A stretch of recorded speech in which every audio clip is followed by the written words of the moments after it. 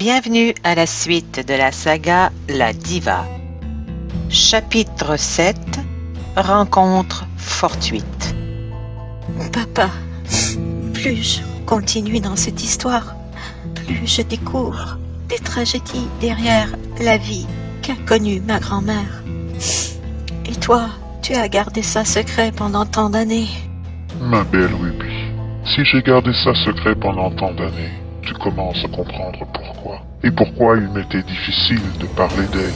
Tu sembles très éprouvé par ce que je viens de te raconter. Mais toute l'ampleur de cette histoire est à suivre, je t'assure. Mais je vois que tout ceci te trouble énormément. Désires-tu vraiment que je continue?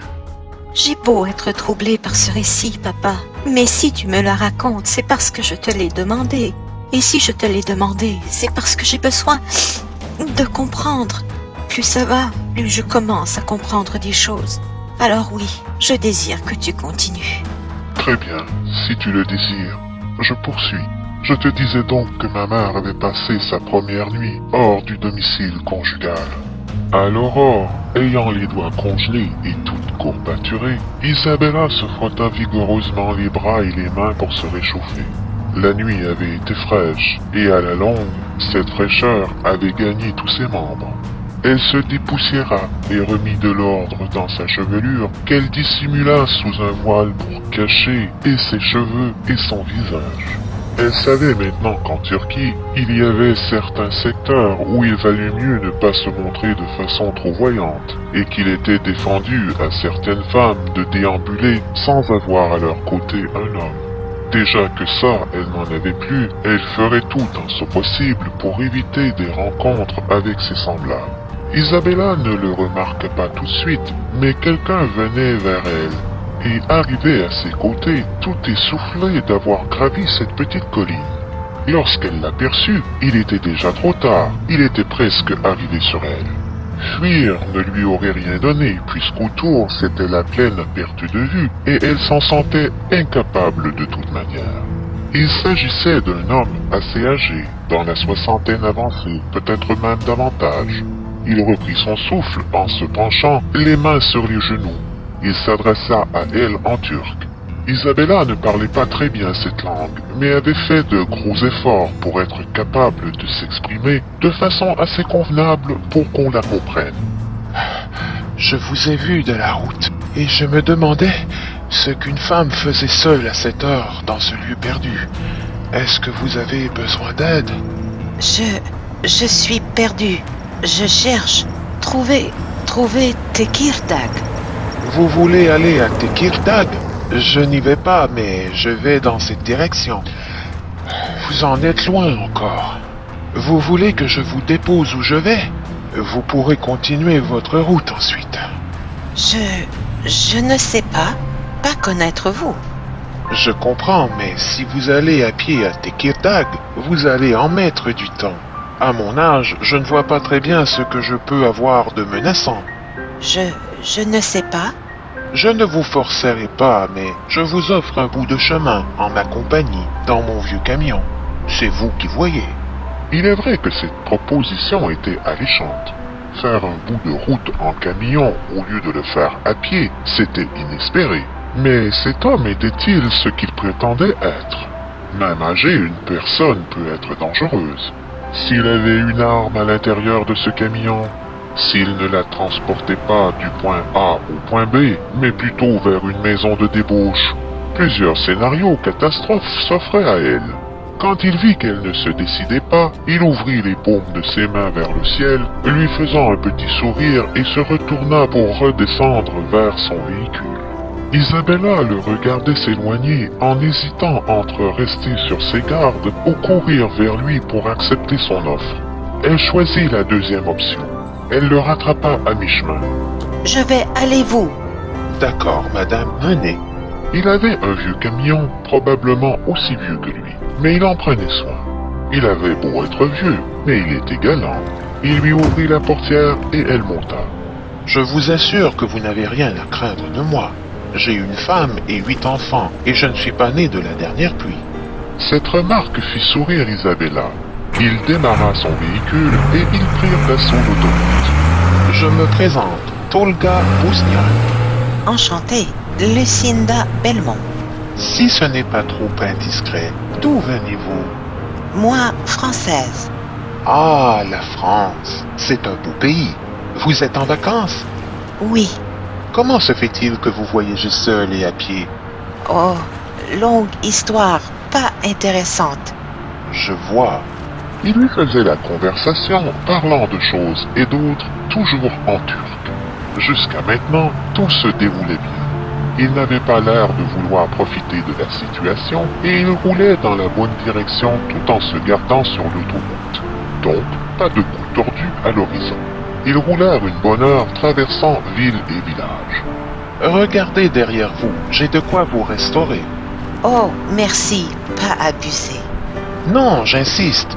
Ma femme en fait toujours pour 2, même pour 3. Il est vrai qu'elle avait l'estomac dans les talons. Elle se laissa tenter.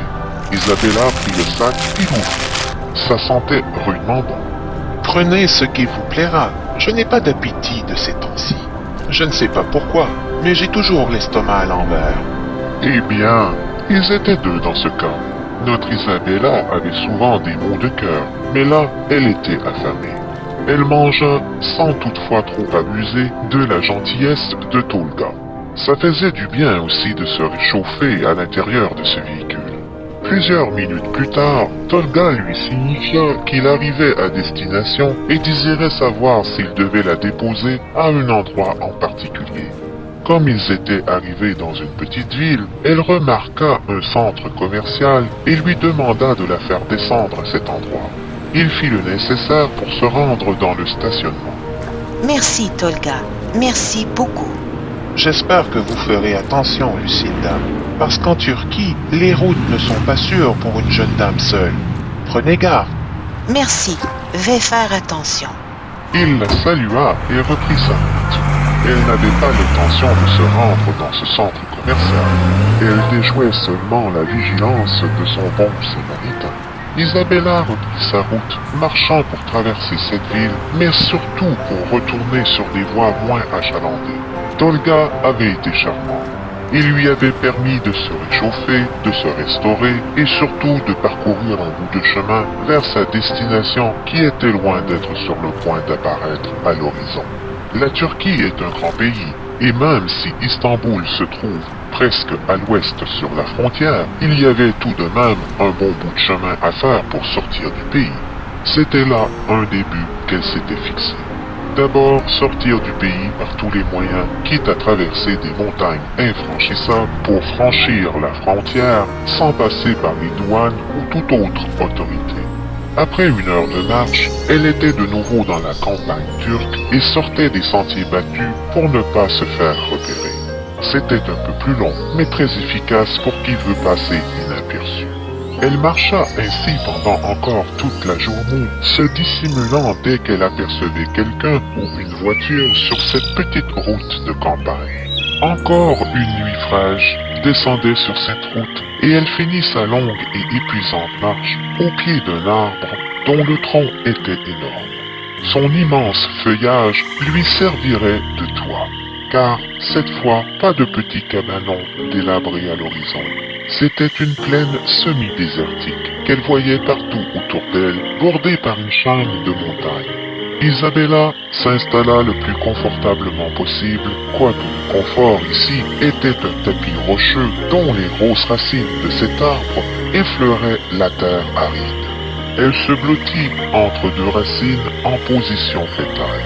Elle avait encore l'estomac dans les talons, ayant fourni un effort considérable durant toute la journée.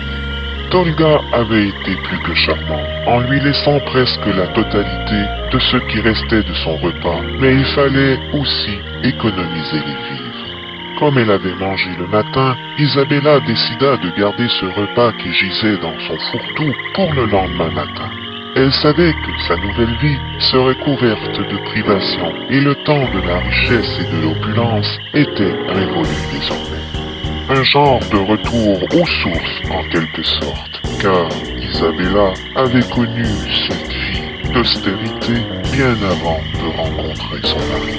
Tarki, pour sa part, était revenu à sa luxueuse demeure, le cœur chargé de toute la gamme des sentiments, passant de la tristesse la plus complète à la rage la plus foudroyante. Une autre nuit sans nouvelles d'Isabella, et cette situation le rendait fou. Le lendemain matin, dans un tout autre lieu, au réveil d'Isabella, dont le sommeil avait été continuellement entrecoupé durant toute la nuit, elle se leva et sortit le petit festin qu'elle avait gardé précieusement dans son sac. Il s'agissait bien d'un festin, car son estomac réclamait d'être contenté, et peu importe ce qu'elle aurait trouvé de comestible, elle l'aurait engouffré. Isabella ne se connaissait pas cet appétit, mais ce déploiement d'efforts physiques, et sûrement son état de femme enceinte, y était pour quelque chose.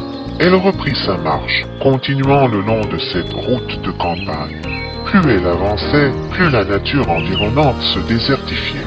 À peine une heure plus tard, elle se rendit compte que cette route peu achalandée traversait un désert aride. Aussi loin qu'elle pouvait voir, c'était sable et dunes à perte de vue. Elle mit sa main en visière, tentant de décerner une quelconque habitation ou encore une chaîne de montagnes, mais tout ce qu'elle distinguait était une mer de sable. Si une route le traversait, c'est que plus loin, il y avait la civilisation. Elle hésita de s'y engouffrer, mais avait-elle le choix? Bien sûr, revenir sur ses pas et tenter une autre route. Mais quelle autre route? Il fallait sortir de ce maudit pays, et le plus tôt serait le mieux. Alors ce n'était pas le moment de perdre un temps précieux à faire des détours. Elle avait mangé, bu un peu, dormi, donc elle emboîta le pas et commença cette traversée sous un soleil implacable. En cette matinée, les hommes que Tarki avait engagés pour s'enquérir d'une trace possible de la fuyarde lui firent un bilan de leur première recherche dans la ville d'Istanbul et elle manquait toujours à la paix. Personne ne l'avait vue. Personne ne pouvait donner le moindre indice de son passage. Tarki était désespéré. « Oh Isabella, où te caches-tu? Où es-tu » Il leur ordonna d'étendre leurs investigations au-delà de la grande ville. Ils n'auraient pas lésiné sur aucun moyen pour la retrouver. Quant à Isabella, elle marchait sans relâche depuis plus de 6 longues heures, et ses pas se faisaient lourds, ses mouvements étaient saccadés. Dans ce désert, sans eau, sous ce soleil ardent, tout effort devenait une bataille contre son corps qui n'en pouvait plus. Elle crut apercevoir une petite mare d'eau. Elle escalada une dune de peine et de misère, car marcher dans le sable était encore plus ardu que sur le bitume brûlant de cette route. Arrivée sur le fait du monticule de sable, à genoux, complètement vidée de toutes ses énergies, elle se rendit compte qu'elle avait été victime d'un mirage, et qu'il n'y avait pas plus de mare d'eau que de civilisation à l'arrière de cette dune. Cette marche, ce soleil de plomb, cette chaleur accablante eurent raison d'elle. Isabella tomba face première et déboula le long de cette dune dans l'inconscience la plus complète. Presque une heure plus tard, un convoi s'était aventuré sur cette route et les véhicules se suivaient à la file indienne sur une longueur d'environ un demi-kilomètre. Les premiers passèrent au-devant de la dune où gisait Isabella sans savoir que derrière, il y avait là un être sur le point de rendre l'âme. Le convoi avait presque fini de passer lorsque, dans l'avant-dernier véhicule, l'homme dit à son compagnon « Ralentis une minute. Pourquoi? Arrête, je te dis. » Le conducteur prit sa radio et avertit ses compagnons qu'ils devaient s'arrêter sur le bas-côté de la route. Le véhicule qui le suivait en fit autant. Comme ils étaient 2 par véhicule, les 4 hommes descendirent de leurs jeeps respectifs, se concertant sur la raison de cet arrêt. « Pourquoi t'arrêtes-tu, Abbas ?» « Parce que cet idiot me l'a demandé et tu vas me dire pourquoi. » répondit-il en se retournant vers son compagnon de route. Idir ne lui répondit pas tout de suite, ayant sorti les jumelles, observant avec minutie quelque chose au loin. « Je vais te dire pourquoi, et pas plus tard que maintenant. Lorsque nous sommes passés devant cette dune là-bas, j'ai cru voir des pas qui l'escaladaient. Comme j'ai trouvé ça étrange de voir des pas à cet endroit, j'observais et derrière le monticule, il semblait y avoir une main. C'est pour ça que je t'ai demandé de ralentir et de t'arrêter. Et effectivement, il y a quelque chose là-bas, et ça ressemble drôlement à une main. Regarde si tu ne me crois pas, dit-il tout en passant les jumelles à Abbas. Son compagnon prit les jumelles et regarda à son tour la zone déterminée par Idir, y découvrant qu'effectivement, il y avait quelque chose qui ressemblait drôlement à un avant-bras. C'est qu'il a raison, on dirait un bras. Ils se précipitèrent vers l'objet de leur interrogation et détournèrent la dune. Non seulement il y avait un bras, mais tout un corps qui gisait derrière cette dune.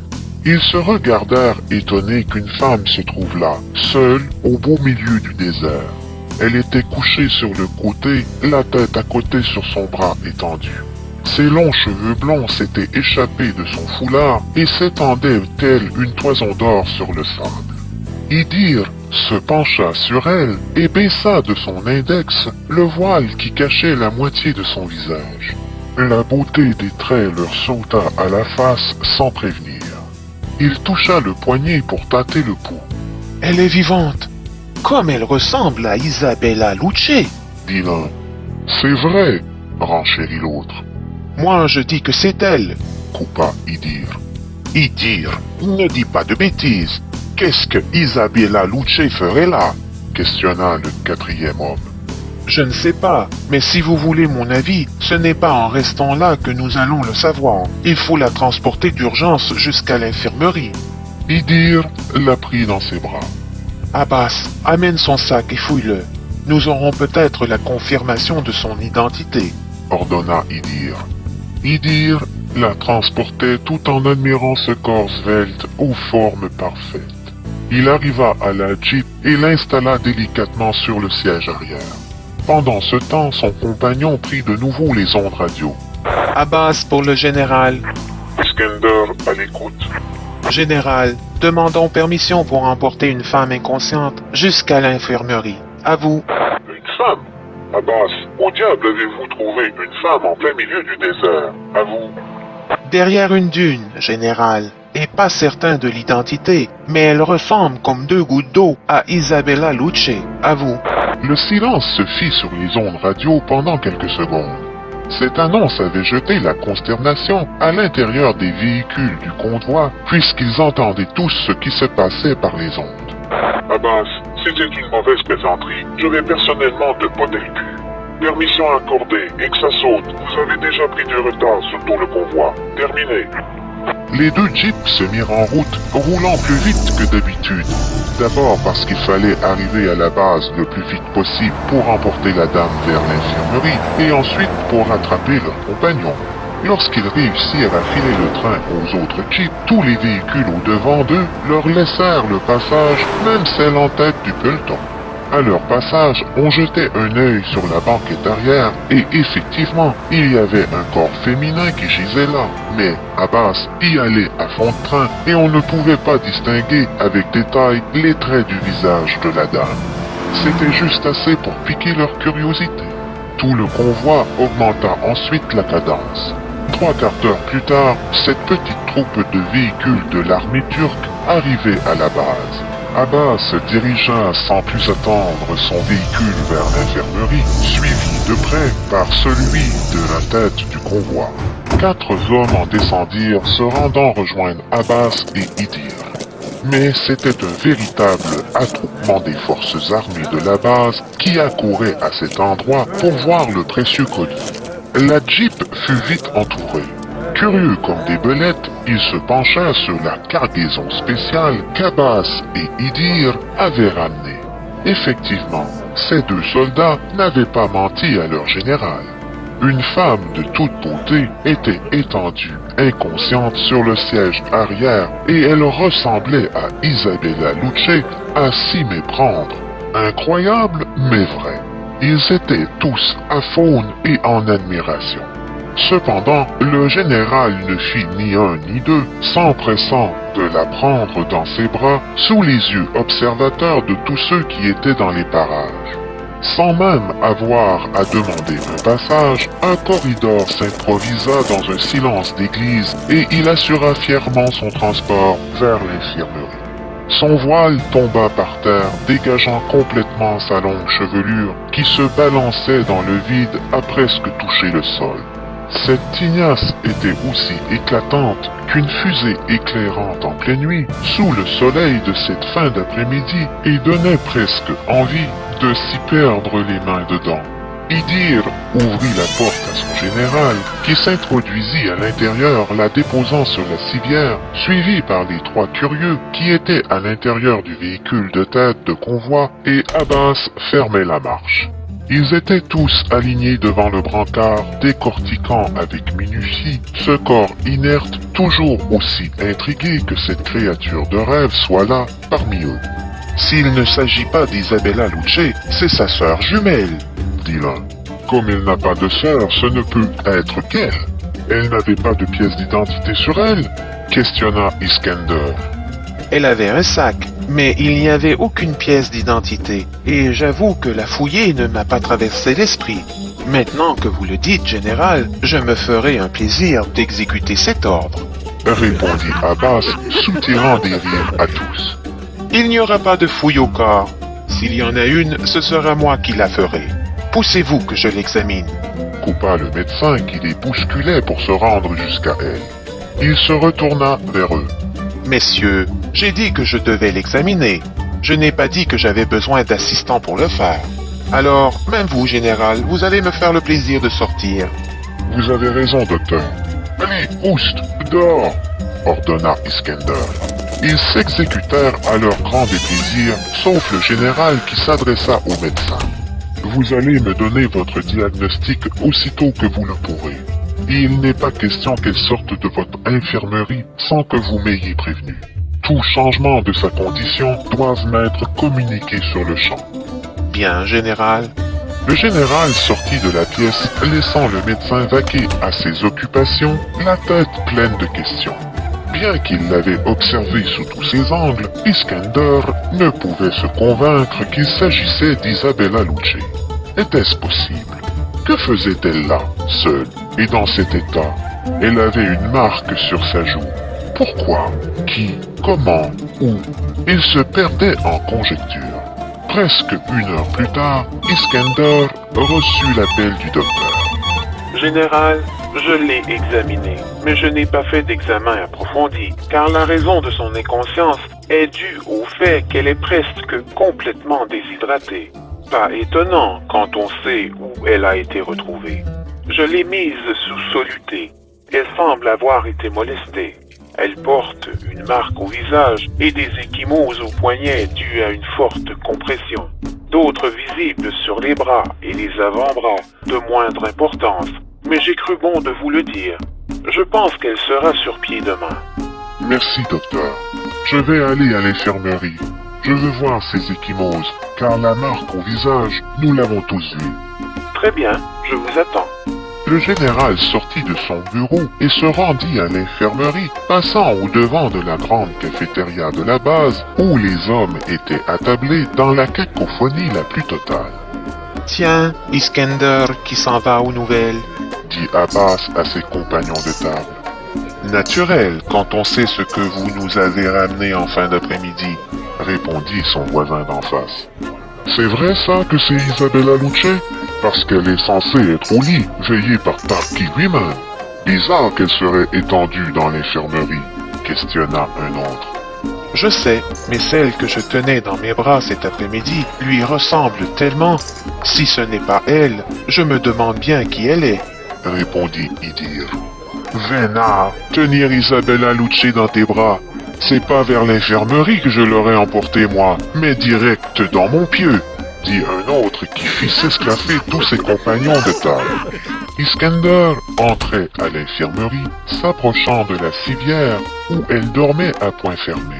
On lui avait passé une jaquette d'hôpital dénudant ses bras qui étaient positionnés de chaque côté de son corps. Le soluté déversait sa médecine par l'entremise d'une petite aiguille sur le dessus de sa main droite. Le général passa son examen visuel sur ce corps gisant, inerte, sous les couvertures. Le médecin vint le rejoindre au chevet de cette patiente spéciale. Comme vous pouvez voir, elle porte des marques. Iskender souleva avec délicatesse ce gracile poignet et l'observait. Quelques marques à peine visibles se distinguaient sur les bras. Celle sur sa joue et sa lèvre, qu'il avait vue à son arrivée, était l'œuvre d'une gifle. Déjà, elle commençait à disparaître, mais il était évident qu'elle avait reçu un coup violent au visage. Je vois. Je veux être informé de tout changement de sa condition, même si c'est au beau milieu de la nuit. Pas de problème, général. Le médecin se retira dans son petit bureau, laissant Iskender à ses observations, et pour observer, il observait ce visage parfait, cette chevelure abondante qui courait sur le brancard où quelques mèches se laissaient pendre. Il en prit une entre ses doigts et la déposa sur ce bras délicat. Il sortit de l'infirmerie, la tête remplie des fantasmes les plus fous, et regagna son bureau. Le lendemain, Iskender se rendit de nouveau à l'infirmerie, inquiet que le médecin ne lui ait pas encore téléphoné. Elle dort toujours, mais tout va bien, général. Je me permets une hypothèse. Je crois qu'elle a beaucoup marché, et ceci expliquerait pourquoi elle n'est toujours pas réveillée. Son corps frêle récupère. Juste l'endroit où vous l'avez trouvée, si elle s'y est rendue d'elle-même, sous le soleil implacable du désert, explique qu'elle s'est vidée de toutes ses énergies. Une chance pour elle qu'un de vos hommes l'ait vue, car elle serait morte. Oui, je sais. Ne vous en faites pas, général. Dès qu'elle donnera signe de vie, je vais vous prévenir. Iskender retourna à ses nombreuses occupations. La journée fila à la vitesse de l'éclair. Vers les 18 heures, Isabella sortit des limbes. Ouvrant les yeux, elle tourna la tête de tous les côtés pour situer où elle se trouvait. Elle n'était plus au milieu du désert, mais dans un cabinet de médecin. Du moins, c'est ce qui lui semblait être le cas. Elle leva son bras droit, examinant cette petite seringue introduite sur le dessus de sa main et le soluté qui était raccroché. Elle s'assit sur la civière, le regard apeuré. Où était-elle? Elle remarqua qu'on l'avait dévêtue. Où étaient ses vêtements? Du mouvement sur sa gauche attira son regard, qui se posa sur un homme en sarrau blanc se dirigeant vers elle. Mademoiselle, je suis heureux de voir que vous êtes rétablie, Lui dit-il, toujours en turc. Isabella eut pour réflexe de croiser ses bras sur sa poitrine, comme si elle voulait se protéger de quelque chose. Ce regard fuyant, ce silence, ce geste étaient annonciateurs de la panique qui s'emparait d'elle. Mademoiselle, vous n'avez rien à craindre. Tout va bien, vous êtes en sécurité sur une base de l'armée, dans mon infirmerie, et ici, pas de gros méchants, juste moi, et je suis doux comme un agneau. Je me présente, Dr. Gazi Karel. Vous êtes Lucinda Belmont. enchantée, mademoiselle Belmont. J'aurais plutôt cru que vous étiez Isabella Lucci. Ressemble beaucoup, elle. C'est plus que lui ressembler, on dirait sa sœur jumelle. Enfin, vous n'êtes pas turc, car même si vous vous êtes fait comprendre, il est évident que ce n'est pas votre langue maternelle. De quelle origine êtes-vous? Française. D'accord, je vais m'exprimer dans cette langue pour faciliter notre conversation. J'aimerais savoir comment vous vous sentez. Je me sens bien. Vous voulez essayer de vous lever? J'aimerais voir si vous avez bien récupéré. Il approcha le soluté en la soutenant pour qu'elle descende de la civière. Isabella était courbaturée de la tête aux pieds, sentant une douleur dans tous les muscles de son corps, mais ses membres la soutenaient bien. Ça va? Oui. Je crois maintenant qu'on peut enlever cet encombrant soluté. Le médecin retira la petite aiguille et posa un diachylon sur la perle de sang qui se formait. Ce n'est peut-être pas le grand confort ici, mais je crois que vous apprécieriez peut-être vous rafraîchir. Cette infirmerie dispose d'une salle de bain munie d'une douche, et je vais vous remettre votre sac ainsi que vos vêtements qui ont été lavés, si vous désirez revêtir ceux-là. Il lui remit le tout, l'invitant à le suivre vers la pièce en question, et elle s'y introduisit en prenant bien soin de verrouiller derrière elle. Comment était-elle arrivée jusqu'ici? La dernière chose dont elle se souvenait était qu'elle avait gravi une dune et qu'elle se trouvait dans le désert le plus ardent de toute la terre. C'était charmant de la part du médecin de penser à cette petite douceur. Isabella enleva ses jaquettes et s'introduisit à l'intérieur de la douche en appréciant comme jamais cette eau sur son corps endolori. Pendant qu'elle s'était enfermée dans la salle de bain, le médecin téléphona à son général tel que convenu. Ça y est, la demoiselle s'est réveillée et elle s'est même levée. Dans quel état est-elle? Elle semble assez bien. C'est évident qu'elle est très réservée et qu'elle ne se serait pas plainte de toutes les courbatures qu'elle doit ressentir. Présentement, elle est en train de se rafraîchir et j'en ai profité pour vous téléphoner. En passant, c'est bien Isabella Luce. Elle vous l'a dit? Pas du tout. Quand je me suis présenté et que je lui ai demandé son nom, elle a prétendu se nommer Lucinda Belmont. Mais général, on ne me ment pas aussi facilement sous le nez, parce qu'elle a failli dire son vrai nom. Elle s'est vite repris. Je n'ai rien laissé paraître, mais c'est bien elle. Je vais vous demander la plus grande discrétion quant à son identité, puisqu'il y a une raison à ce que Isabella Luce voyage incognito. Ces marques qu'elle a sur le corps ne me disent rien qui vaille. Et une vedette comme elle, mariée avec le grand Tarki, devrait être en mesure de s'offrir autre chose qu'une marche au beau milieu du désert. D'autant plus que vous savez comme moi qu'elle est censée être à Istanbul en compagnie de Tarki en congé de maladie. Je suis médecin général. Le secret professionnel, je connais. Excusez-moi, c'est vrai. Merci pour les informations. Je fais le nécessaire pour vous enlever votre patiente. Oh, je l'aurais bien gardé encore un peu. Avant que vous ne raccrochiez, dernier petit détail, elle parle turc, mais avec difficulté. Sa langue de prédilection est le français. Alors, si vous devez tergiverser avec elle, je vous conseille d'utiliser votre français du dimanche. Iskender raccrocha, sourire aux lèvres. Isabella s'était rafraîchie, brossé les dents, vêtue, et séchait sa longue chevelure à l'aide d'une serviette puisqu'elle ne disposait pas de séchoir. Elle sortit de la salle de bain et Gazi l'attendait dans son bureau. Mademoiselle Belmont, on va venir vous cueillir dans quelques minutes pour vous emmener probablement vers vos quartiers. Je n'en sais pas davantage. Mais mes quartiers, je dois rester ici. Malheureusement, je ne suis que le médecin de cette base. Les autres décisions ne sont pas de mon ressort. Isabella baissa la tête. Elle se demandait ce qu'elle pouvait bien faire d'autre sur une base militaire. Sortir et continuer sa route, c'était sa seule priorité. Elle n'eut pas le temps de trop s'interroger. Deux gardes entrèrent dans l'infirmerie. Les voyant dans le bureau, ils se rendirent vers eux. « Mademoiselle, veuillez nous suivre, s'il vous plaît. » Elle se leva et ils sortirent de l'infirmerie, empruntant le grand corridor.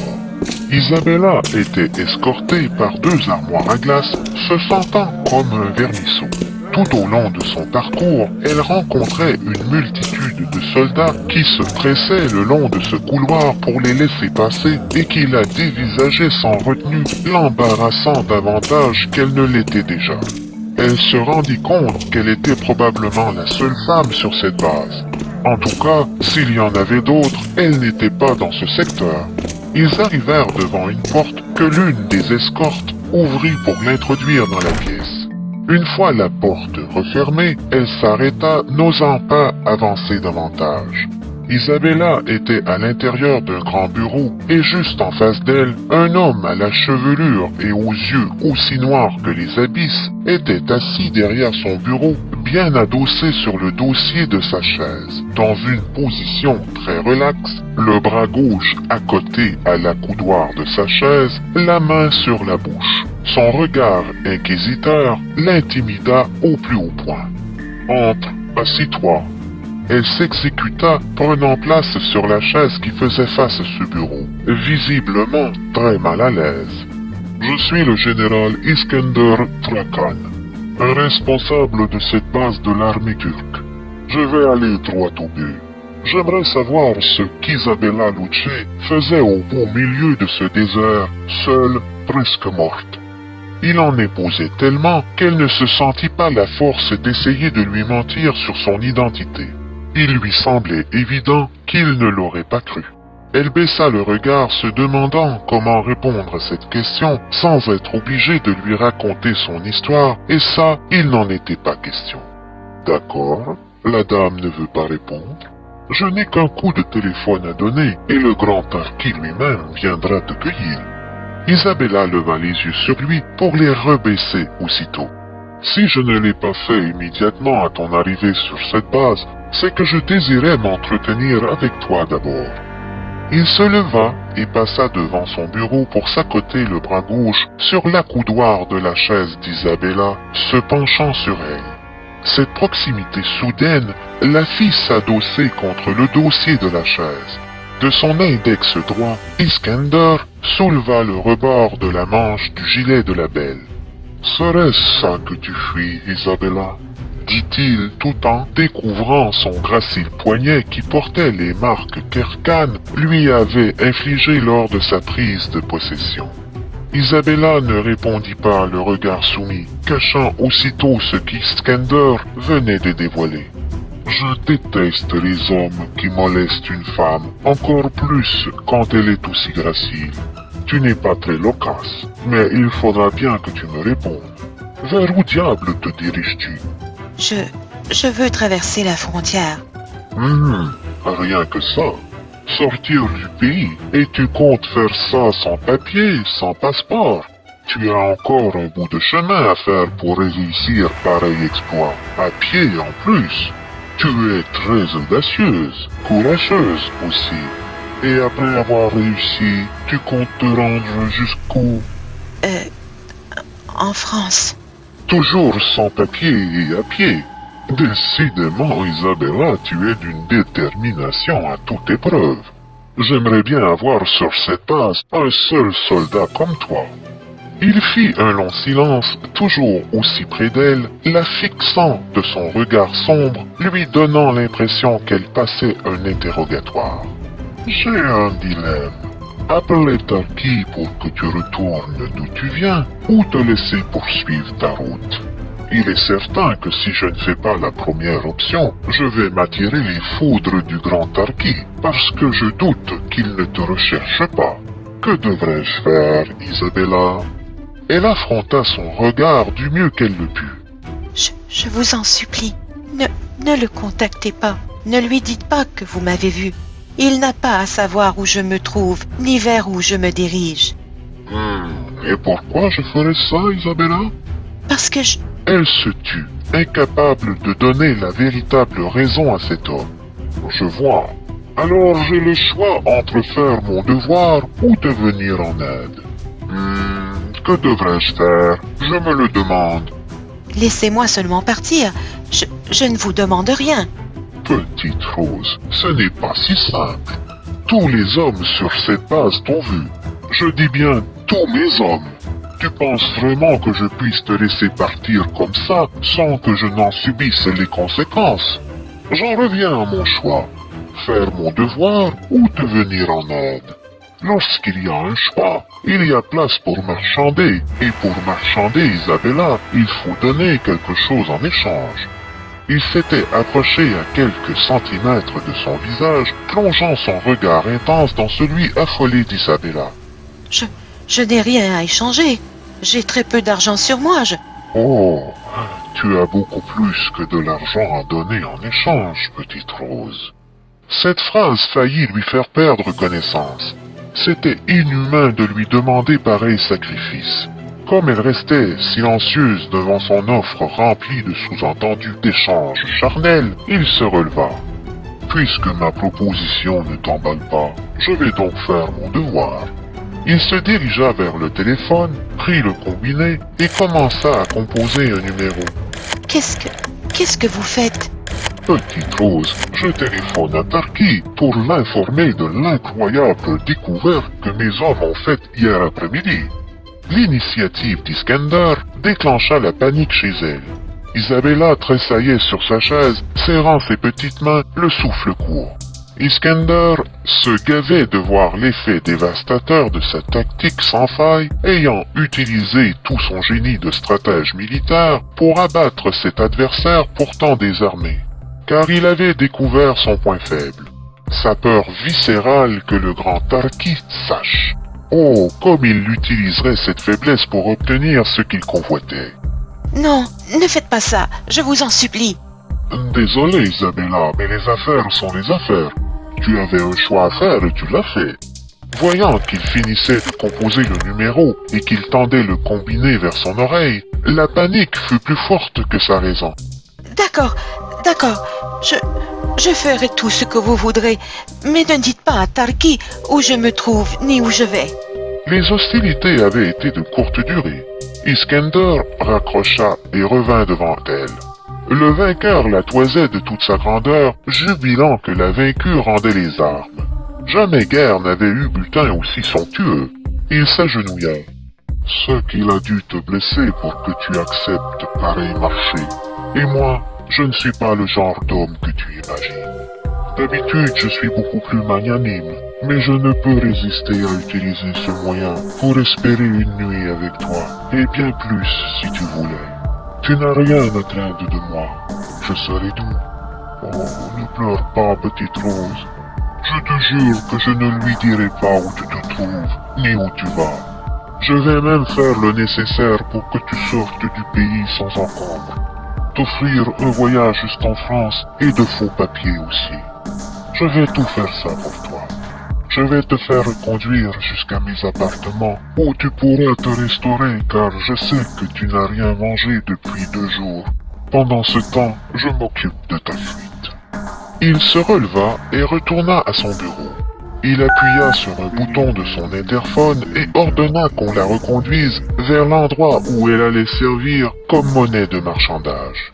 Isabella tentait de se contenir, réalisant qu'elle venait d'accepter un pacte avec le diable. Comment avait-elle pu se retrouver dans pareille situation? Elle qui ne demandait qu'à fuir à toutes jambes ce satané pays où les malheurs ne cessaient de pleuvoir et dont les hommes semblaient lui vouer une admiration dont elle se serait bien passée. Malgré qu'il eût emporté la victoire, Iskender admirait la combattante qu'il avait sous les yeux, car elle s'était enfuie sans le sou, sans papier, affrontant une marche de plusieurs centaines de kilomètres, avec pour seule arme ce corps frêle. Et même s'il ne la connaissait qu'à travers le fait qu'elle était une grande diva, juste sa manière d'être lui laissait savoir qu'elle était une femme digne d'une grande classe. Voir les ailes de cet ange se replier comme seul moyen de défense lui laissait un arrière-goût amer dans la gorge de ce qu'il s'apprêtait à lui faire subir. Mais il se promit qu'il utiliserait tout le doigté inimaginable pour parvenir à son but, car vraiment, elle était irrésistible.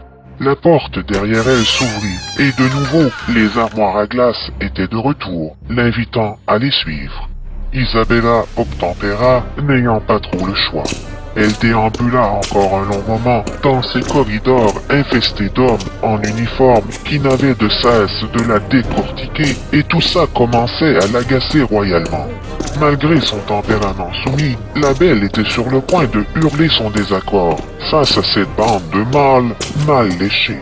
Mais avant que sa patience n'arrive à bout, ses escortes, elles, étaient à bout de route puisque la cadence fut ralentie et finalement arrêtée.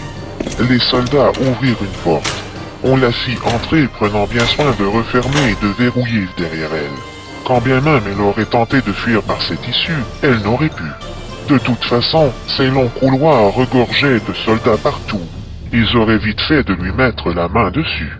Isabella examina les lieux. C'était un appartement assez luxueux et grand. Elle s'avança vers une fenêtre et jeta un œil à l'extérieur. La soirée était sur le point d'envahir les lieux, mais elle distinguait clairement la cour de cette base militaire avec tout ce que ça peut contenir comme matériel et bâtiments. Il y avait encore une activité fébrile sur les lieux. Les hommes vaquaient à différentes tâches, des jeeps circulaient. Peut-être que si elle était sortie par la fenêtre, elle aurait pu s'échapper de ce cauchemar. Elle allait essayer de l'ouvrir lorsqu'elle entendit qu'on déverrouillait la porte. Elle se retourna comme l'éclair. Un jeune homme s'introduisit et la regarda. « Je viens vous emporter un repas digne de ce nom. » Il entra et s'avança vers la salle à manger qui se trouvait dans une autre pièce. Elle le suivait du regard mais ne bougea pas de sa place. L'ayant perdu de vue aux dépens du mur qui séparait cette pièce, elle l'entendait déposer et déballer les articles qu'il posait sur la table. Il revint et tout en se dirigeant vers la porte, il ne cessait de la décortiquer de la tête aux pieds et juste avant de sortir, il lui dit « Je vous souhaite bon appétit, très jolie demoiselle. Même si le fumet qui se dégageait de ce repas lui faisait envie, elle préféra réessayer d'ouvrir la fenêtre, mais elle était bloquée. Isabella essaya sa voisine, même résultat, et les suivantes également. Elle entra dans l'autre pièce qui se trouvait être la chambre de monsieur. Elle essaya la fenêtre de cette pièce, toujours bloquée. Elle revint sur ses pas, jetant un coup d'œil à ce lit, espérant pouvoir se frayer un chemin vers la fuite, sinon dans quelques minutes, elle s'y retrouverait. Juste à cette pensée, elle se précipita vers les autres pièces. Il n'y avait pas de fenêtre à la salle à manger. Isabella continua jusqu'à une pièce où la porte était fermée. Elle l'ouvrit. Il s'agissait d'un bureau rempli de livres et de paperasses. Il y avait une porte qui donnait sur l'extérieur. Eureka! Elle courut et empoigna à deux mains la poignée, mais elle était verrouillée. Isabella était prise au piège dans cet appartement. Les larmes jaillirent et descendirent le long de son visage. Elle se laissa glisser jusqu'au plancher, accotant son visage sur cette porte qui le séparait de quelques centimètres de la liberté. Une main essuya ses larmes. Elle ouvrit les yeux. Iskender s'était agenouillé devant elle. Isabella, n'essaie pas de t'enfuir, sinon je ne pourrai pas te venir en aide. Je sais que ce que je te demande te semble au-dessus de tes forces, mais je t'assure que tu n'as rien à craindre de moi. Je ne te brutaliserai pas. Viens, allons manger. Je n'ai pas dîné moi non plus. Il ne la brutaliserait pas, mais il exigerait quand même quelque chose qu'elle se refusait de lui donner. Elle se résigna et accepta la main tendue, se laissant hisser à la verticale. Il posa son bras derrière elle et l'entraîna jusqu'à la salle à manger, où il tira galamment une chaise pour la faire asseoir. Isabella sécha ses larmes, essayant de se contenir. Iskender lui servit une assiette qu'il déposa devant elle, et s'en prépara une également. « Mange, Isabella. » Elle s'exécuta à contre-cœur, mais comme elle était affamée, sa fourchette picora tout de même dans l'assiette. « J'ai de bonnes nouvelles pour toi. Demain matin, à moins que tu ne changes d'idée, je te reconduirai vers un endroit où tu embarqueras avec un camionneur qui fait régulièrement des voyages vers la France. Ils se rend jusqu'à Marseille. Tu traverseras donc la frontière turque et toutes les autres à bord de ce véhicule lourd en compagnie de cet homme digne de confiance.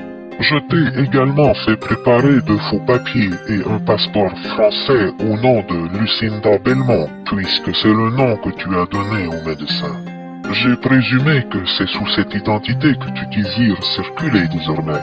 Je t'aurais bien fait voyager par avion, mais ça s'avérait beaucoup moins discret que par voie terrestre par le biais d'un camion qui passe régulièrement les frontières pour exporter vers d'autres pays certaines denrées. Est-ce que ce que j'ai fait te convient? Oui, merci. Il l'observait du coin de l'œil, picoré dans son assiette, la mine déconfite. Comment avez-vous réussi à obtenir de faux papiers si ce n'est pas trop indiscret? Il sourit. Est-ce important que tu le saches? Non. C'est un jeu d'enfant pour moi. Tu n'as aucune idée des contacts dont je dispose. Je ne suis pas seulement le général de cette base, mais de bien d'autres. J'ai des contacts partout au gouvernement. Est-ce que j'ai répondu à votre curiosité, madame? Oui. J'aimerais bien que tu me tutoies et que tu m'appelles Iskender. C'est possible? Oui. Au moins, il avait tenu promesse sur sa partie du contrat. Pourrait-elle en faire autant? Ils terminèrent leur repas. Isabella se sentait nauséeuse, mais c'était normal puisqu'elle n'avait pratiquement rien avalé depuis 2 jours et ce repas succulent alourdissait son estomac. À moins que ce fût un rappel de son état. Tu te sens bien, Isabella? Oui. Je n'en suis pas certain, mais je vais me contenter de cette réponse. Il est vrai que tu as beaucoup demandé à ce petit corps. Je ne sais pas depuis combien de temps et combien de kilomètres tu as fait à pied, mais je sais que juste ta traversée du désert est un exploit. Quelle idée d'entreprendre ce trajet à pied! Tu prouves très bien ce soir que lorsqu'on veut quelque chose à tout prix, il n'y a pas d'obstacle assez grand pour nous empêcher d'essayer, même si on sait qu'il peut arriver que l'on échoue. Iskender sourit de nouveau devant cette réflexion pleine de sens. Isabella était une femme très intelligente et pleine de contradictions. Gracile, frêle, douce, tendre, mais aussi forte, fière, déterminée, courageuse. Oh, comme c'est bien dit! Effectivement, quand on veut quelque chose, il faut utiliser les moyens pour l'obtenir, même s'il n'est pas donné à tout le monde d'aller jusqu'à presque mourir pour l'obtenir comme tu l'as fait. Il se leva et s'approcha, se penchant sur elle. Je m'en vais prendre une douche. Peut-être voudrais-tu en prendre une, toi aussi, quoique j'ai cru comprendre que c'est déjà fait. En attendant, mon appartement t'appartient. Si tu veux regarder la télévision, lire des livres, j'ai tout ce que tu veux ici. Tu te sers. Ce qui me ferait très plaisir, c'est que tu m'attendes dans ma chambre, mais c'est toi qui vois.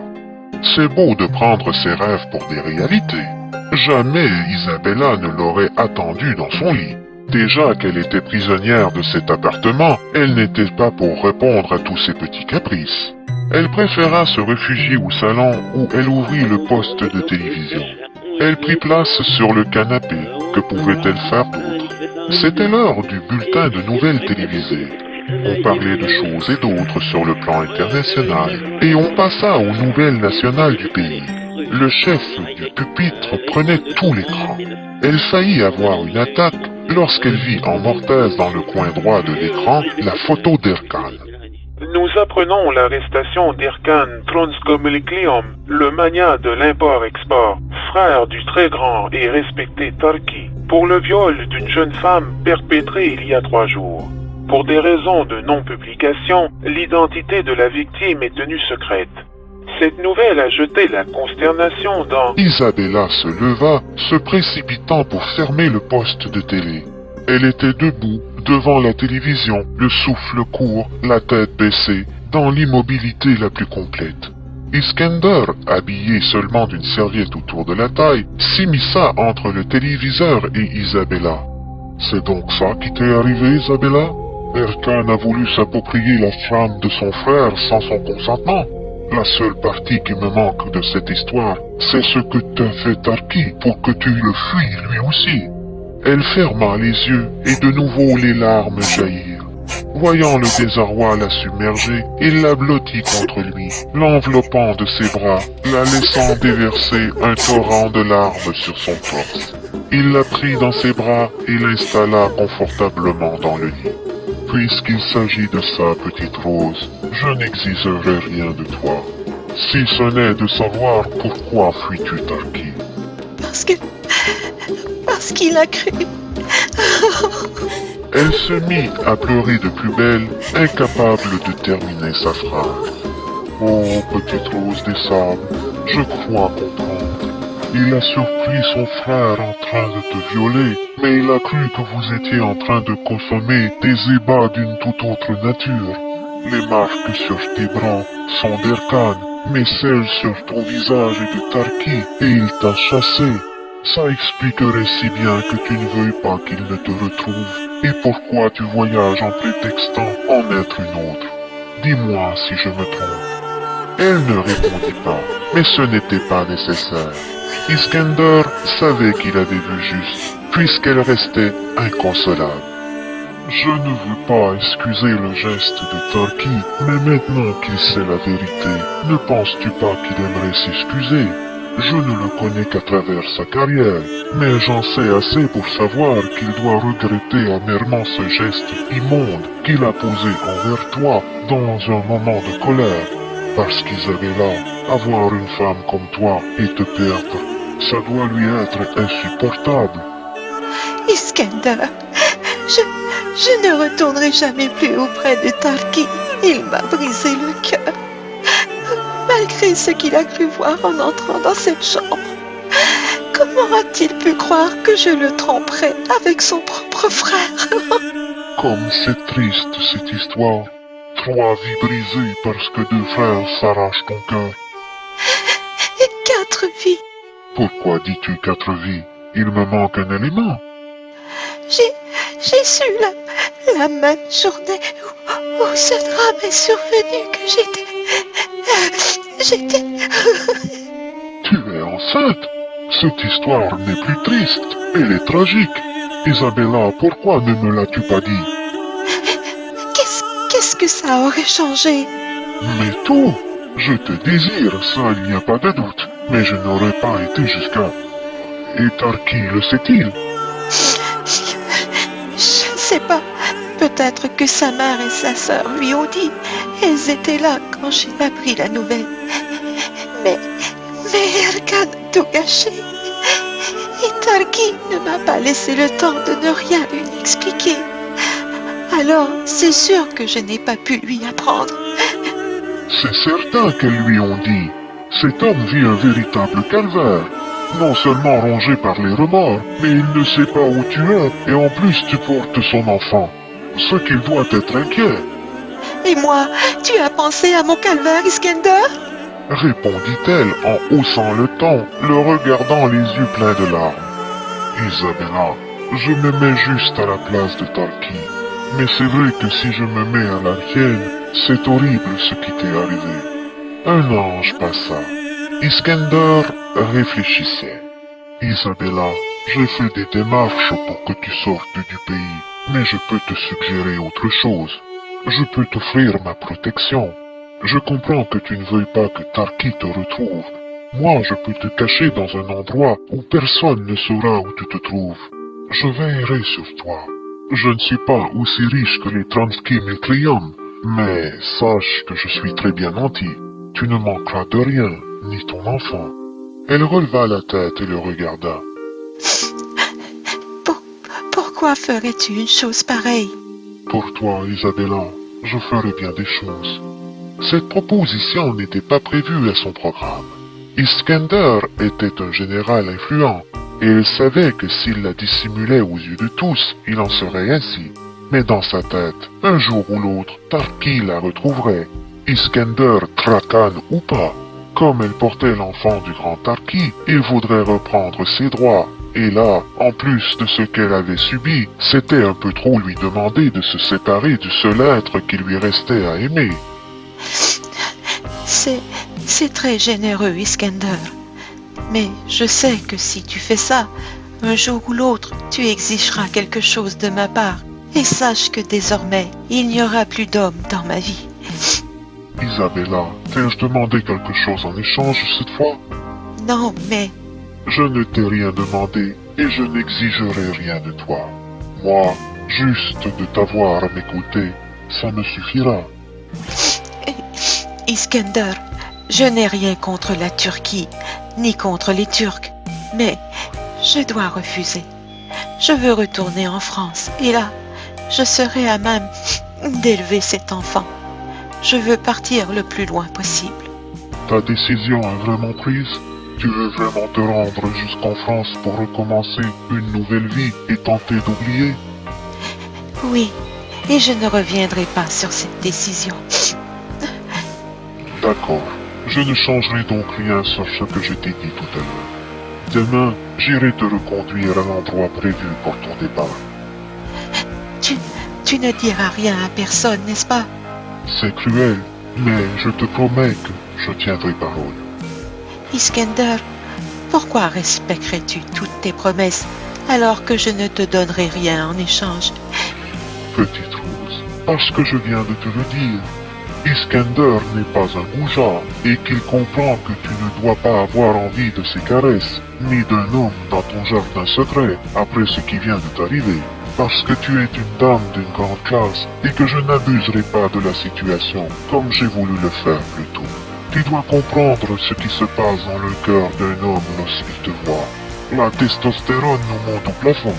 C'est tout ce qui me menait par le bout du nez il y a à peine que quelques minutes. Mais je sais me contrôler.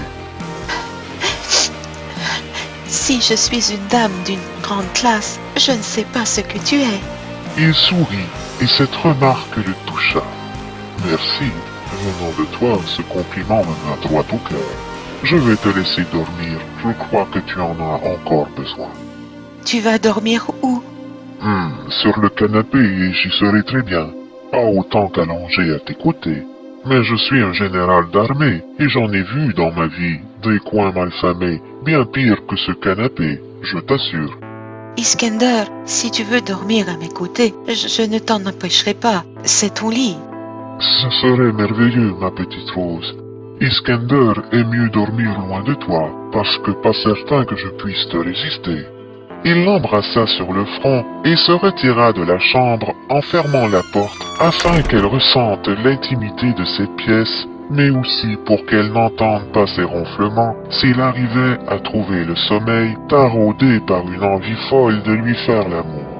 Isabella s'enveloppa dans les draps, tentant elle aussi de dormir, ayant mille et une questions qui se bousculaient dans sa tête concernant Erkan et Tarki. Qu'adviendrait-il d'Erkan? Il est certain qu'il serait accusé, mais les lois de ce pays pour ce genre de délit étaient bien différentes de celles du Canada et de la France. Cependant, Tarki aurait sûrement veillé à ce qu'il paie pour cet affront. Iskender avait raison quant au calvaire que devait vivre Tarki, mais elle ne pouvait lui pardonner.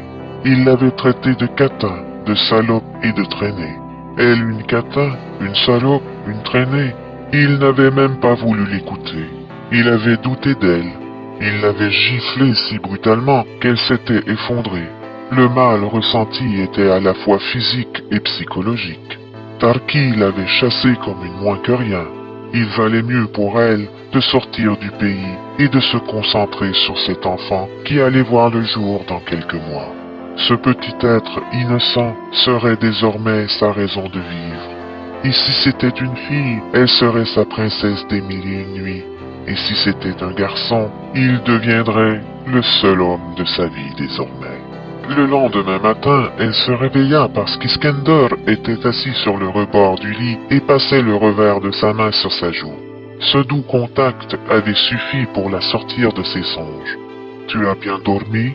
J'ai eu de la difficulté à trouver le sommeil, mais oui, j'ai bien dormi. « Si tu veux venir m'accompagner pour le petit déjeuner, s'il te plaît, il n'attend que nous. » Quelle heure est-il? Il est 8 heures. Comme elle avait dormi tout habillée, elle se leva et suivit Iskender à la salle à manger. Ils prirent le petit déjeuner ensemble. Ensuite, il l'invita à faire sa toilette du matin, car dans peu de temps, il l'emporterait vers son point de non-retour.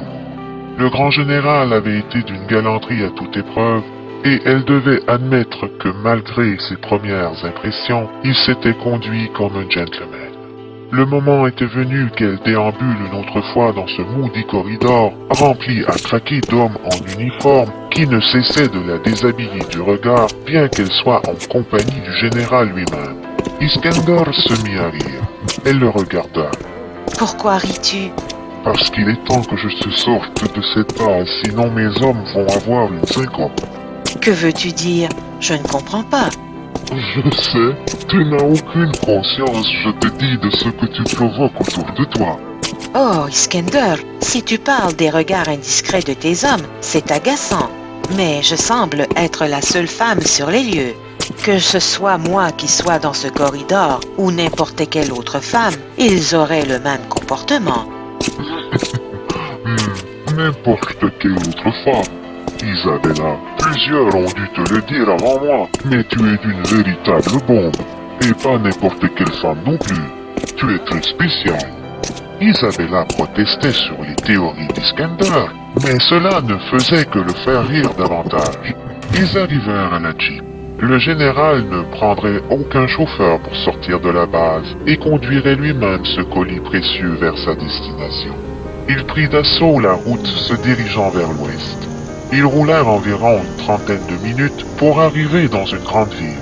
De là, Iskender emprunta des routes transversales et finit par aboutir dans le stationnement d'un grand entrepôt où il y avait toute une flotte de gros camions.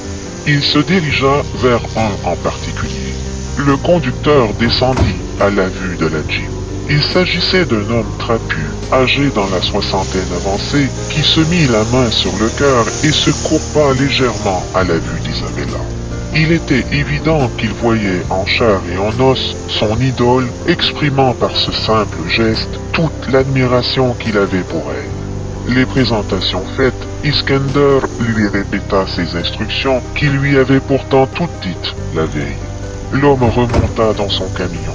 Iskender s'approcha d'Isabella. « Voici tes papiers, ton passeport, ta nouvelle identité, quoi. Qu'est-ce que cette enveloppe? Un petit cadeau de ma part pour que tes jours soient plus doux. Elle s'empressa d'ouvrir l'enveloppe pour y découvrir une très grosse somme d'argent en francs. Iskender, je ne peux pas accepter. Il y a une fortune dans cette enveloppe. Petite Rose, ça me fait plaisir de te l'offrir. Je sais que tu laisses bien plus que ça derrière toi. Mais... Isabella, je t'ai expliqué hier que je ne suis peut-être pas aussi riche que la famille Transkillemeklion, mais que j'étais très bien nanti. Tu n'as pas d'inquiétude à avoir. Je n'étais pas remis toutes mes économies, loin de là. Va, monte, sinon tu vas le mettre en retard sur son itinéraire. Isabella le regarda et ne put s'empêcher de s'approcher pour lui donner un doux baiser sur les lèvres. Iskender, qui ne s'attendait pas à recevoir un tel présent de la part de celle pour qui il se serait jeté au feu si elle le lui avait demandé, eut comme réflexe de l'envelopper de ses bras et l'embrassa avec fougue. Le simple contact de ses lèvres contre les siennes le faisait frissonner de la tête aux pieds. Il lui donnait l'impression qu'on lui avait injecté des papillons dans les veines, car il se sentait sous l'effet d'une drogue. Cette femme avait quelque chose d'inexplicable, d'intangible, d'indescriptible, et la toucher était divin.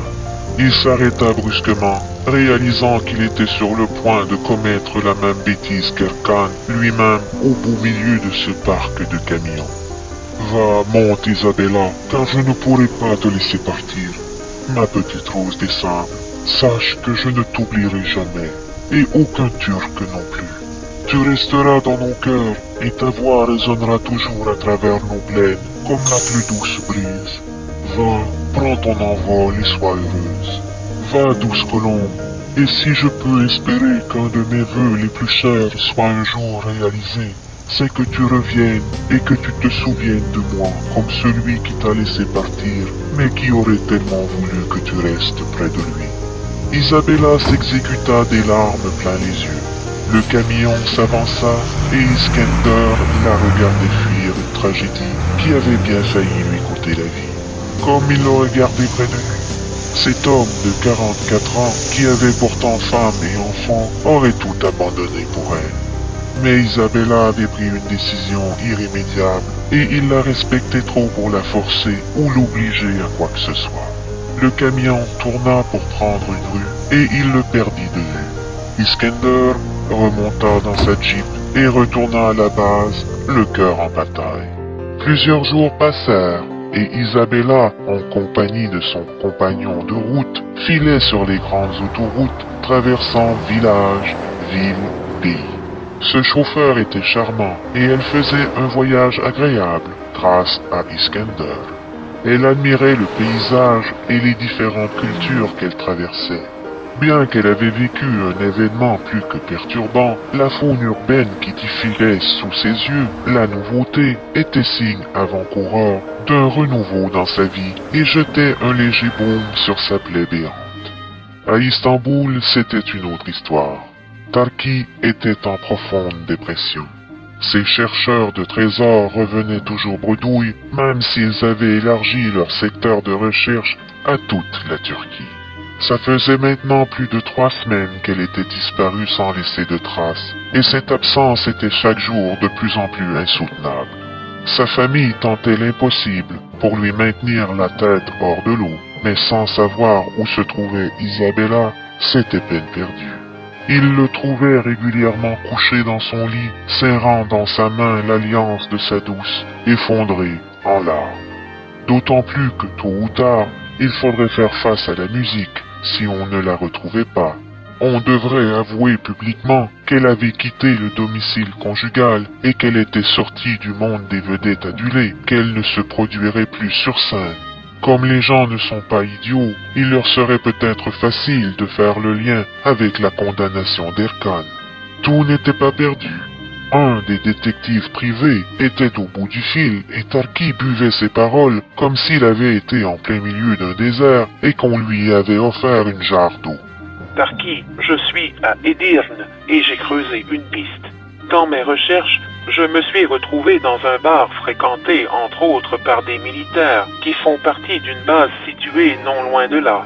Ils discutaient rondement de la nouvelle passion de leur général. J'ai fait mon travail de détective et j'ai discuté avec 2 soldats qui m'ont confirmé qu'il y a environ 3 semaines, ils revenaient d'Istanbul avec le général Iskender Trakan qui devait prendre en main cette base pour plusieurs mois lorsqu'ils ont traversé le désert et retrouvé une femme inconsciente. Ils l'ont transportée à cette base où elle a été traitée.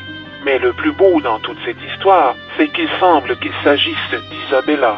Les 2 soldats m'ont confirmé qu'ils n'avaient pas de doute, malgré qu'ils n'aient pas pu avoir la confirmation de son identité, puisque le général a veillé à ce qu'elle soit raccompagnée dans ses quartiers.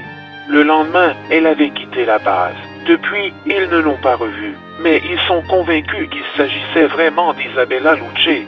Tu désires que j'entre en communication avec ce général? Parce que pour ça, il va me falloir un laissez-passer pour m'introduire jusqu'à lui, puisqu'il s'agit d'une base de l'armée et n'entre pas qui veut en ces lieux, et encore moins avec le haut commandement. Non, je te remercie pour cette information qui vaut son pesant d'or. Continue ton travail, on ne sait jamais, peut-être que tu apprendras davantage. Je vais personnellement m'en charger. Tarki ne perdit pas une minute. Cette nouvelle lui avait redonné espoir. Il n'avait pas besoin de laisser passer pour se présenter sur la base, et ce général l'aurait reçu parce qu'il était le grand Tarki. Quitte à défoncer des portes pour retrouver Isabella, il aurait fait n'importe quoi. Tarki s'y rendrait dans sa luxueuse Rolls-Royce, accompagné de son chauffeur personnel, de 3 gardes du corps, et il aurait rencontré ce général qui avait veillé à ce que sa femme soit raccompagnée dans les quartiers personnels de Monsieur le Général. Il bouillait. Encore un qui voulait se la faire. Il allait lui dire sa façon de penser à ce foutu général, de ne pas l'avoir contacté puisque les soldats l'avaient reconnu. Ce général de pacotille connaissait Tarki et la sublime Isabella Lucce, alors il n'avait aucune raison de ne pas être entré en contact avec l'époux de la dame. Une fois en route vers cette base militaire, Tarki se mit à penser à la distance qu'elle avait parcourue pour se rendre jusque-là. Incroyable, chère Isabella, elle était pleine de ressources. Elle avait été retrouvée dans le désert inconsciente. Tarki eut un petit serrement de cœur, juste à la pensée que si ces militaires ne l'avaient pas retrouvée, c'est une dépouille qu'il pleurerait aujourd'hui. Ce général qui l'avait fait reconduire dans ses quartiers, en avait-il abusé? Ce n'était plus un serrement de cœur, mais un serrement de poing qu'il avait juste à cette pensée. Une si belle femme aux mains de militaires, il n'avait pas beaucoup d'espoir que l'inévitable ne se soit, une autre fois, produit. Oh, Isabella, mon cœur, pourquoi t'être mise dans une telle situation? Si tu savais comme je regrette le geste que j'ai posé, tu me reviendrais, se disait-il. La Rolls-Royce fonçait sur l'autoroute et atteint la base d'Erdine le lendemain matin, et le chauffeur ne fit pas de détour, se rendant directement à la guérite de la base. Les soldats autour regardèrent avec curiosité ce luxueux véhicule aux vitres teintées. Un dignitaire leur rendait visite. En tout cas, les personnes à l'intérieur n'étaient pas des moins que rien. Le chauffeur fit le nécessaire pour s'identifier, ainsi que toutes les personnes à bord, et l'un des soldats à la guérite entra en communication avec le haut commandement, car on demandait audience avec nul autre que le général lui-même. La permission leur fut accordée, puisqu'on levait les barrières de sécurité et on indiqua au chauffeur où il devait se diriger pour se rendre jusqu'aux portes où, de là, Tarki, accompagné de ses gardes du corps, pourrait accéder aux entrailles du bâtiment. La Rolls-Royce se gara. Tarki descendit, ainsi que ses accompagnateurs, sous le regard intrigué de tous ceux qui déambulaient dans cette cour. Une fois à l'intérieur du bâtiment, un soldat les invita à le suivre. Si Isabella faisait retourner tous les hommes sur son passage, il n'en allait pas différemment de voir cette délégation particulière déambuler dans le couloir. On reconnaissait le grand Tarki. Ils arrivèrent enfin devant la porte tant convoitée. Le soldat l'ouvrit et laissa Tarki s'introduire seul dans le bureau. Ses gardes restèrent postés à l'extérieur.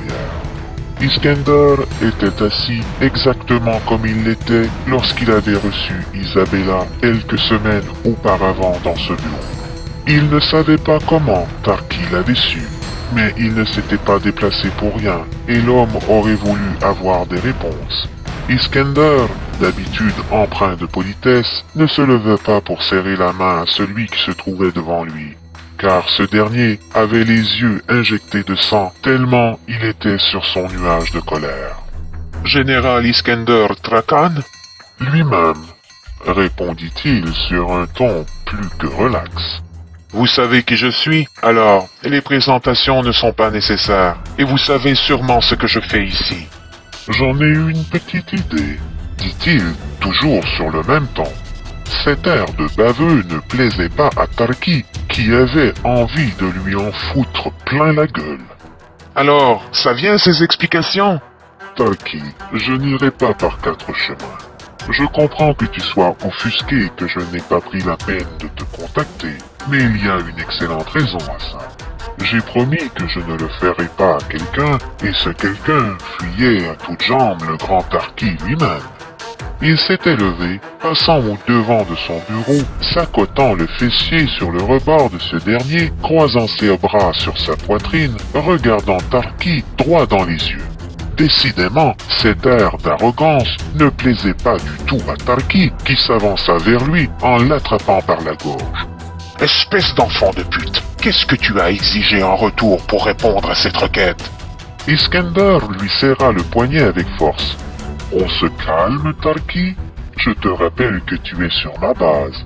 Si tu veux en ressortir comme tu es entré, vaudrait mieux prendre sur toi. » Tarki lâcha son emprise, mais n'était toujours pas satisfait des réponses de Monsieur le Général, qui affrontait sans retenue le regard arrogant de son interlocuteur. « Je ne te sais pas idiot.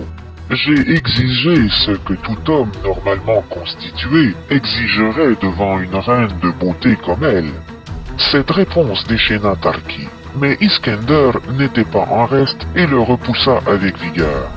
« Je t'ai dit de te calmer, Tarki. »« Me calmer, alors que tu as profité de la situation avec un être qui est sans défense. » « Parlons-en. La belle marque qu'elle avait au visage n'était pas mon œuvre, Tarki. Tu n'as pas de leçon à me donner. » Cette remarque frappa plus qu'un coup de poing. Tarki resta sur ses positions, serrant les poings, le souffle court, ayant été rappelé à l'ordre sans retenue sur l'abominable erreur qu'il avait commise envers Isabella. « J'ai exigé, mais je n'ai pas pris. »« Tu espères vraiment que je vais croire ça ? Tu penses ce que tu veux. J'ai des défauts comme tout le monde, mais je ne suis pas menteur. Et laisse-moi te dire que ce fut une lutte de tous les instants pour moi que de la savoir coucher dans mon lit, mais aussi qu'elle soit si détruite par le fiasco des frères Tronsink-Milkiam que j'aurais été encore plus salopard que vous deux réunis si j'en avais abusé. Car je sais ce qui s'est passé. N'aie crainte, ce n'est pas elle qui m'a raconté. Un concours de circonstances m'a permis de comprendre, et la confirmation est venue par elle-même, avec les marques qu'elle avait sur les bras et au visage. Je suis un stratège militaire, Tarki. Je sais lire entre les lignes. Je n'ai pas de leçon à donner à personne. Mais je considère qu'elle ne méritait pas ce qui lui est arrivé. Pardonne-moi de ne pas être un salopard de la pire espèce. Je n'ai pas cru bon d'en rajouter sur ce qu'elle avait déjà subi. Où est-elle? Je ne suis pas un menteur et en plus je suis un homme de parole. Alors je ne te le dirai pas, car je lui ai promis que je ne le ferai pas. Tout ce que je te dirai, c'est qu'elle n'est plus en Turquie. Cette information anéantit Tarki. Il se laissa choir dans une chaise. Si ça peut te consoler, je me suis assuré de sa sécurité et de répondre à ses demandes afin qu'elle ne mette plus sa vie en danger de quelque façon que ce soit pour sortir du pays. La seule chose qui pourrait me consoler, Iskender, ce serait que je la retrouve. J'ai fait une terrible erreur que je ne me pardonnerai jamais. Et comme elle me fuit à ce point, je dois me rendre à l'évidence. Elle ne reviendra jamais vers moi, car elle ne peut me pardonner. Tarki se leva, les yeux pleins d'eau, et se dirigea vers la porte, complètement démolie. Tarki attend. Il s'arrêta, la main sur la poignée. Je vais faire quelque chose que je n'ai jamais fait de ma vie. Je vais briser un serment, et je le fais pour toi et pour elle, car cet enfant à venir ne mérite pas le sort que la vie lui réserve. Puissent ces informations vous venir en aide. Elle est en France. Elle a été déposée à Marseille par mon contact. La direction qu'elle a prise ensuite, je ne la sais pas. Mais je lui ai procuré des faux papiers et un passeport français au nom de Lucinda Belmont. Je lui ai aussi remis une grosse somme d'argent afin qu'elle ne soit pas sans ressources une fois arrivée là-bas. Tarki s'accota le front sur la porte, fermant les yeux. Je te remercie pour tout ce que tu as fait. Je te rembourserai. Ce n'est pas nécessaire.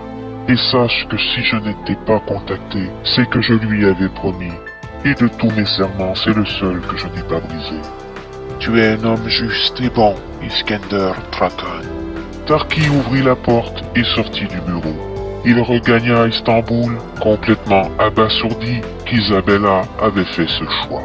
Partir pour se rendre aussi loin, n'ayant presque pas un sou en poche et à pied, faisait prendre conscience à Tarki à quel point il avait blessé Isabella. Elle portait une marque visible au visage, ce doux et magnifique visage aux traits si délicats, comme elle avait dû avoir mal, assez mal pour risquer sa vie et celle de son enfant pour fuir ce cauchemar. Tarki était dans un état pitoyable et gérait difficilement les sacrifices qu'elle s'imposait pour remédier à sa douleur. Une fois de retour chez lui, il contacta tous ses détectives privés et les informa que leurs recherches en Turquie n'étaient plus de mise. Non, ils devaient tous se rendre en France, rechercher une dénommée Lucinda Belmont. Au moins Iskender lui avait donné des informations précieuses, et Dieu qu'il les utiliserait, déployant une véritable équipe de spécialistes dans toute la France. Mais la France est un grand et vaste pays, habité par près de 56 millions d'individus au début des années 80. C'était chercher une aiguille dans une botte de foin. Quoique cette aiguille aurait peut-être de la difficulté à passer inaperçue, étant connue par des millions de personnes. Bien qu'Isabella était imaginative, question de se dissimuler. Tarki se rendait compte à quel point elle pouvait l'être. Fin du chapitre 7. Mise en garde. Toute reproduction, totale, partielle ou pour des motifs personnels, est totalement interdite. Le roman La Diva est sous la protection des droits d'auteur et si vous ne respectez pas cette législation, vous vous exposez à des poursuites judiciaires. Sur ce, je vous attends pour le chapitre 8. À bientôt!